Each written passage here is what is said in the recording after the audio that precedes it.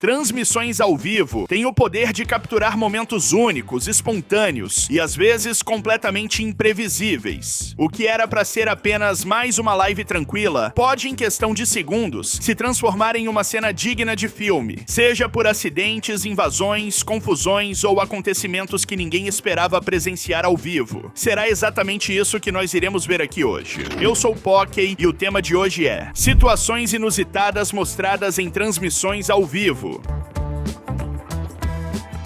Vamos começar falando do caso de Breon Hollings, que aconteceu e foi amplamente divulgado pela imprensa americana em 2017. O jovem de 22 anos, morador de Jacksonville, na Flórida, fazia uma transmissão ao vivo no Facebook, exibindo maços de dinheiro e se gabando de sua suposta riqueza, quando de repente, uma equipe de armas e táticas especiais, em inglês Special Weapons and Tactics, SWAT, do gabinete do xerife de Jacksonville, invadiu a casa para cumprir um mandado de busca. Durante o vídeo, é possível ouvir os gritos dos policiais e o barulho de portas sendo arrombadas e janelas quebradas, enquanto Hollings sai de cena. Segundo as autoridades, a operação já estava planejada antes da transmissão e o vídeo apenas registrou o momento da invasão. Após a entrada da polícia, foram encontradas substâncias ilícitas, munições e outros itens ilegais na residência, levando à prisão de Hollings por acusações relacionadas ao tráfico e a posse ilegal de substâncias.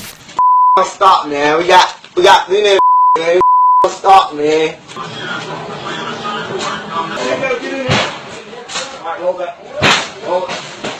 O vídeo rapidamente viralizou nas redes sociais, tornando-se um dos casos mais comentados de prisões transmitidas ao vivo. Anos depois, Breon Hollings voltou a aparecer nas notícias, dessa vez condenado por homicídio, o que reforçou ainda mais sua notoriedade negativa. Durante uma live, o influenciador conhecido como eShowSpeed resolveu fazer uma ligação de vídeo para outro influenciador, o que acabou terminando da pior forma. Ele transmitia a live como de costume, interagindo com seus seguidores, quando resolveu ligar para um outro criador de conteúdo e também seu amigo, conhecido como KSI, sem perceber que bem na tela da chamada, o número de KSI ficava completamente exposto para quem quisesse ver. Ao perceber o que havia feito, eShowSpeed passou a pedir perdão pelo ocorrido, e KSI a princípio ficou sem entender até que percebeu, ficou sem acreditar e instantes depois a ligação caiu, provavelmente por conta do número vazado. No, I'm sorry. Fucking hell. What is his number? What have you done? Swear to God, on my life, I don't know. Why did you call me? No. I swear on my life. No, I swear on my... Ao ver a ligação caindo e sabendo que a culpa era sua por ter exposto o contato, ele ficou com muita raiva, gritou e o momento se tornou até mesmo engraçado. Há quem diga que ele fez propositalmente. Onasio Rojas, um homem de 20 anos, transmitiu ao vivo pelo Facebook o momento em que dirigia em altíssima velocidade enquanto fazia zigue-zague entre o trânsito. Durante essa transmissão, ele perdeu o controle do veículo em uma rodovia movimentada, bateu em um caminhão de lixo que estava entrando na rodovia, cruzou 3 faixas e colidiu contra uma barreira de concreto. Ele ficou gravemente ferido e precisou ser resgatado do veículo, sendo levado em estado crítico para o hospital. Para piorar sua situação, segundo as autoridades, ele dirigia com a carteira suspensa no momento do acidente.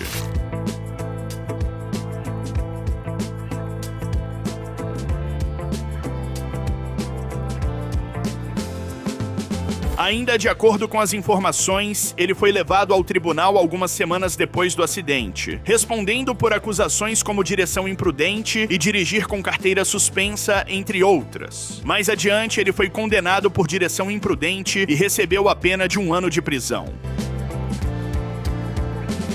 Em dezembro de 2022, Tommy Nietzsche acidentalmente ficou ao vivo no seu canal da plataforma Twitch, mesmo depois de encerrar a transmissão. Depois de fazer uma transmissão longa, ele encerrou o stream principal, mas sem perceber acabou acionando outro stream acidentalmente. Ele ficou ao vivo cerca de 3 minutos, assistindo a um vídeo de eShowSpeed, aparentemente apenas no modo comum de assistir vídeos sem interagir, enquanto o chat notificava que ele estava ao vivo. Um moderador então o alertou por notificação de que ele ainda estava transmitindo. Quando percebeu, reagiu surpreso, tentou se explicar e encerrou definitivamente a live. Wait, did I do anything on stream? Did I do anything? I just kind of sat there and went on YouTube. A repercussão foi cômica, com muitos fãs achando graça da situação e reconhecendo o erro como algo genuíno, porém bem engraçado pelo fato de ele não ter percebido. Um incidente com o streamer japonês Daisuke gerou imensa repercussão pela situação de risco a qual ele se submeteu e pelas consequências de suas ações. Durante uma live, enquanto jogava Minecraft, ele fez uma pausa para mostrar um isqueiro especial que havia comprado e precisou reabastecê-lo com fluido próprio. Ao usar o isqueiro, algo deu errado. O fluido derramou ou não foi bem controlado, e ao acender o fogo escapou, atingindo o material inflamável. Ele tentou apagar as chamas usando objetos inadequados, como caixas de papelão, cobertores ou panos, o que só agravou o incêndio, que tomou conta de parte de sua casa.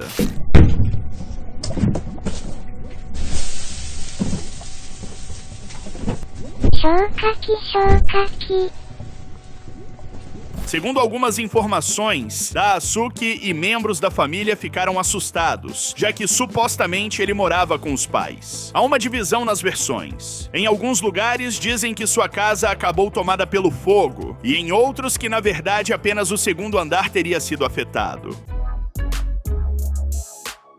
Johnny Somali, cujo nome verdadeiro é Ramsey Khalid Ismael, é um streamer americano que ganhou notoriedade internacional por seu comportamento provocativo e ofensivo durante transmissões ao vivo, especialmente em países asiáticos. Ele ficou conhecido por viajar pelo Japão e pela Coreia do Sul, fazendo lives nas ruas, nas quais constantemente proferia comentários racistas, xenófobos e de mau gosto, além de zombar de tragédias históricas locais, o que acabou lhe rendendo grande rejeição do público e, posteriormente, problemas sérios com a lei. Em 2023, durante uma de suas transmissões no Japão, Johnny Somali foi detido após fazer piadas e insultos sobre o ataque nuclear a Hiroshima e Nagasaki, enquanto interagia com japoneses nas ruas. A atitude gerou indignação nacional e global, mas ele acabou sendo liberado pouco tempo depois. Ainda assim, sua fama negativa se espalhou e, ao se mudar para a Coreia do Sul, continuou o mesmo padrão de comportamento, desta vez com provocações direcionadas a coreanos. Ele foi visto invadindo locais públicos, interrompendo trabalhadores e fazendo comentários ofensivos, enquanto transmitia tudo em tempo real para seus seguidores. Em agosto de 2023, Johnny foi preso pela polícia de Seul após um incidente em que entrou em uma loja de conveniência e começou a insultar clientes e funcionários. Ele foi acusado de obstrução de atividade comercial, um crime considerado grave na Coreia do Sul. Embora tenha sido libertado posteriormente, as autoridades decidiram manter o caso ativo e, com o acúmulo de novas denúncias, ele acabou sendo formalmente indiciado.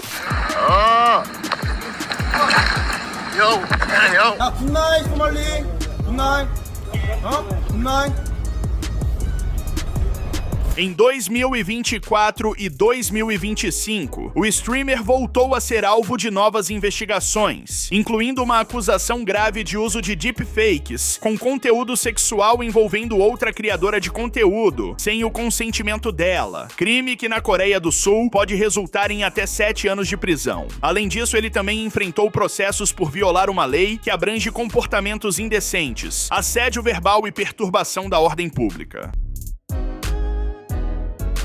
Jordan Mathewson, também conhecido como Cutre, foi alvo de um falso relatório que acionou uma equipe de armas e táticas especiais, Special Weapons and Tactics, SWAT, em Littleton, no estado do Colorado, enquanto ele estava transmitindo pela plataforma Twitch. Jordan estava em seu escritório jogando um game, mais especificamente Counter-Strike, e transmitindo ao vivo quando, sem aviso, policiais fortemente armados irromperam no local com um mandado de entrada. A polícia havia recebido recebido um telefonema para o serviço de emergência, o número 911, relatando um tiroteio e reféns no prédio, posteriormente descoberto como denúncia falsa. Eles ordenaram que ele se deitasse no chão, o algemaram, revistaram o local e suspenderam operações ao redor por segurança, enquanto investigavam a suposta situação de reféns.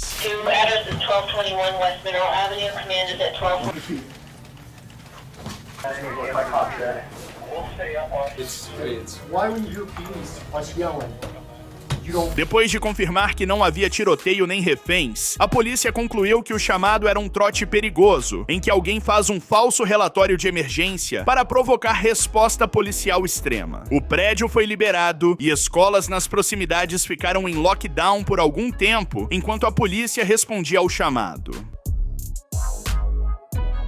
Durante uma transmissão ao vivo, uma mulher interagia com seus seguidores quando resolveu começar a cantar e foi surpreendida por sua mãe, que não aprovou aquele momento. A transmissão mostra a streamer interagindo com as pessoas do chat de sua live quando ela começa a cantar, na intenção de mostrar o seu talento. Porém, pouco depois de iniciar a cantoria, o que seria sua mãe invade o quarto revoltada e xinga a filha, exigindo que ela parasse com a cantoria e dizendo que em vez de fazer aquilo, deveria estudar. O momento, claro, gerou um grande clima chato na live e também uma grande repercussão.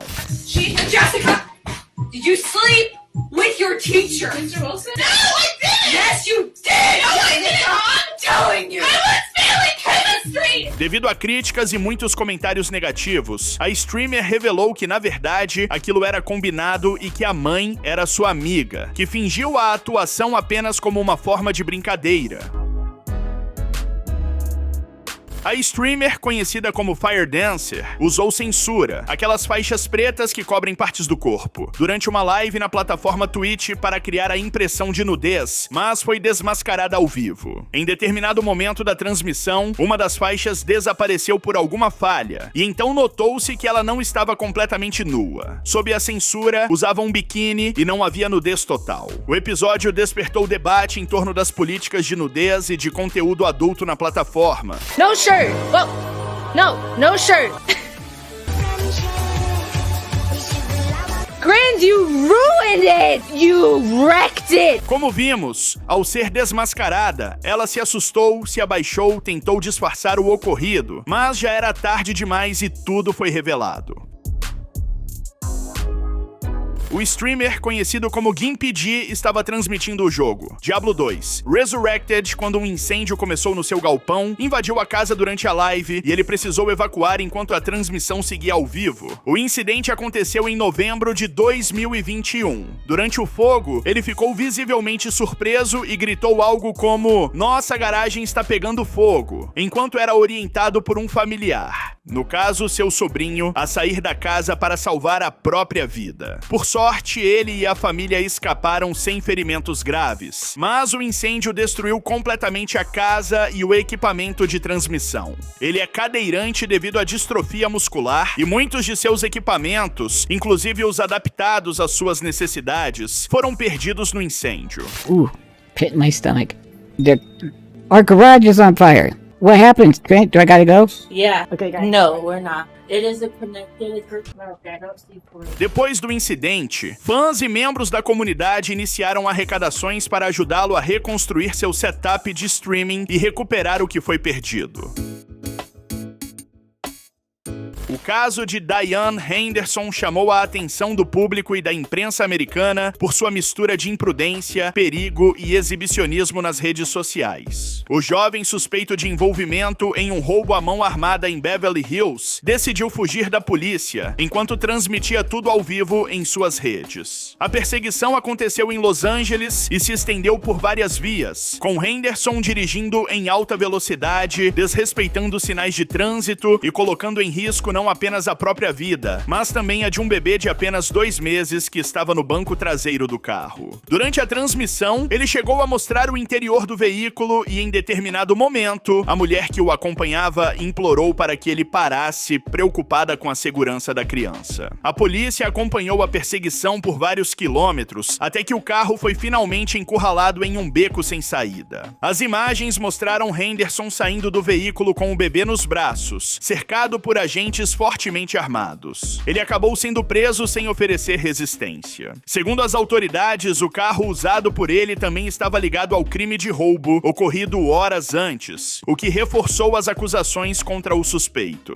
Not relaxing when you got my baby in the car and they got guns pointed to the car and they about to hit the car, bro. You're not thinking about your baby right now. You finna get our baby. Diane Henderson foi levado sob custódia e indiciado por vários crimes, incluindo roubo à mão armada, sequestro, fuga em alta velocidade e colocação de uma criança em risco. A polícia destacou que a atitude dele poderia facilmente ter terminado em tragédia e que o fato de transmitir a perseguição ao vivo demonstrava um comportamento inconsequente e perigoso. Um, digamos, personagem conhecido na internet chamado Doutor Desrespeito participava do podcast chamado The H3 Podcast quando foi desmascarado na transmissão. O personagem, um streamer que sempre aparecia fantasiado com peruca e óculos, tinha sua identidade mantida em sigilo. Porém, ao final do podcast, por conta de um descuido, antes que a câmera parasse de transmitir as imagens, ele se levantou, tirou a peruca e os óculos e mostrou sua identidade ao vivo para quem ainda acompanhava o momento. Nice. Awesome. Yeah. Good.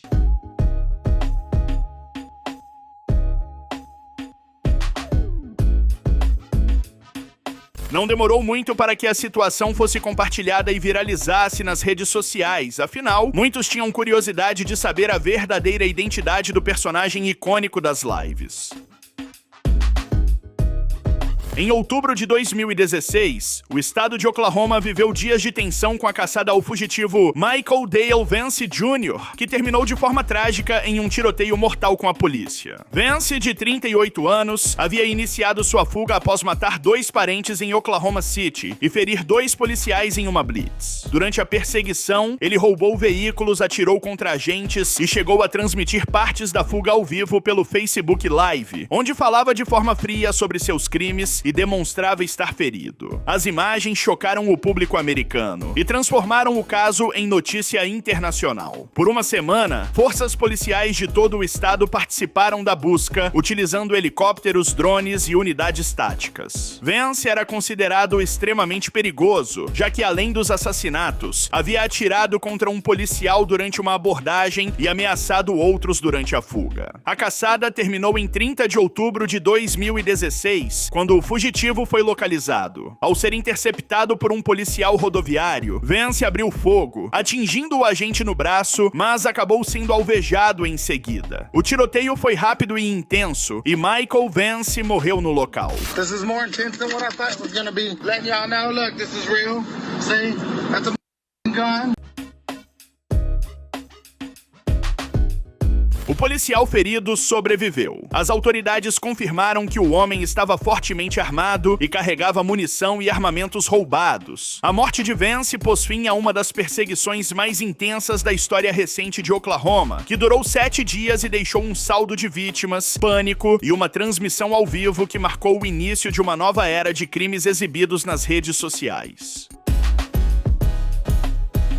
Em junho de 2014, a jogadora e streamer de Dota 2 conhecida como Sajidene, cujo nome real é Nick Elise, viveu um dos momentos mais assustadores de sua vida ao ser vítima de um assalto à mão armada enquanto transmitia ao vivo no Twitch. Ela morava em Tempe, no estado do Arizona, e fazia uma transmissão rotineira com amigos quando ouviu barulhos vindos de outra parte da casa. Poucos segundos depois, a transmissão capturou o momento em que 2 homens armados invadiram o local. As câmeras continuaram ligadas, e o público pôde ver a ação acontecendo em tempo real. Os espectadores, em choque, começaram imediatamente a tentar ajudar. Fãs de videogame de diversas partes do mundo entraram em contato com as autoridades locais, informando o que estava ocorrendo e tentando rastrear o endereço da streamer para que a polícia pudesse agir rapidamente. Enquanto isso, o áudio da transmissão mostrava vozes alteradas e ruídos de confusão, até que o vídeo foi interrompido. Pouco tempo depois, a polícia chegou ao local e conseguiu prender um dos suspeitos após perseguição a pé. Ninguém ficou gravemente ferido, mas Sajidene relatou que o trauma foi intenso. Segundo ela, os invasores estavam armados e teriam entrado na casa procurando outra pessoa, o que sugere que o assalto pode ter sido um engano.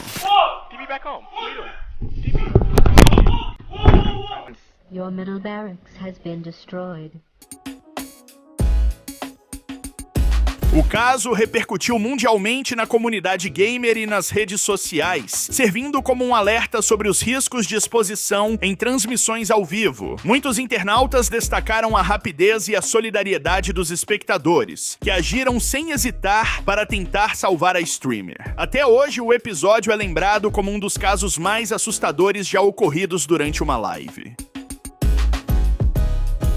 O desembargador José Ernesto Manzi não percebeu o microfone ligado durante uma sessão virtual de julgamento em Santa Catarina e se deu mal. Durante a sessão, ele acabou ofendendo com um palavrão a desembargadora Késia Gonzalez, que se manifestava sobre o processo em julgamento. Ao se dar conta de que o microfone estava aberto, o desembargador levou uma das mãos à boca. O momento ficou registrado na transmissão online e, claro, viralizou rapidamente por todo o país. Segundo a Ordem dos Advogados do Brasil, OAB de Santa Catarina, a conduta de Manzi vai contra os princípios da ordem e expõe sua classe ao vexame público. Ele acabou sendo intimado pelo órgão para esclarecimentos e foi retirado do processo. Feita pelo autor, ao contrário do pretendido, somente ratifica o teor das demais provas. Isso, faz essa carinha de filha da p, você já vai voltar já. Em nota de esclarecimento, Manzi afirmou que nenhuma de suas palavras foi dirigida aos participantes da sessão virtual. O desembargador explicou que, como as sessões são longas, com duração média de 5 a 6 horas, é inevitável responder mensagens no aplicativo WhatsApp. Ele comentou em voz baixa sobre uma conversa que estava tendo com um amigo e que infelizmente foi captada pelo microfone, dando a entender que estaria ofendendo a desembargadora. Durante a pandemia da doença do coronavírus de 2019, Covid-19, com o aumento das reuniões virtuais, diversos incidentes ocorreram devido a equívocos relacionados ao uso das câmeras e dos microfones. Nesse caso específico, o participante da reunião, chamado Daniel Martinez, ao pensar que sua câmera estava desligada, começou a se preparar para fazer algo, digamos, nada apropriado em frente ao computador. Ao perceber o que estava acontecendo, as demais pessoas que estavam na sala virtual entraram em desespero, se chocaram, até que ele foi excluído da sala, cortando sua imagem e evitando assim uma cena completamente explícita e constrangedora. Daniel. Call Mika. Oh my God. You call Daniel on his cell. Call Daniel on his cell. How do we turn this feed off? Uau! We can't. O que torna a situação ainda mais desesperadora é que as pessoas que estavam na sala virtual ainda tentaram avisá-lo, chamando por seu nome, mas o fone provavelmente estava no mudo e ele não pôde perceber. Esse foi o vídeo, deixa seu like, um beijão, valeu, falou e tchau.